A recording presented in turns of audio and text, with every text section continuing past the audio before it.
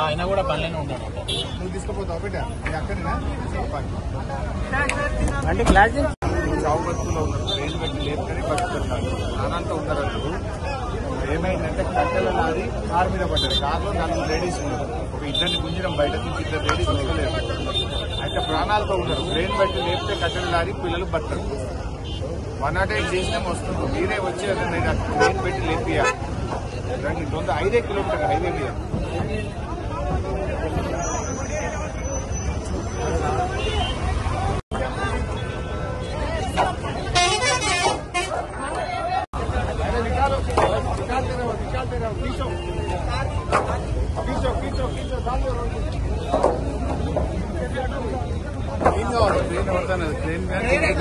Train అయితే ఆ బండి లేదు.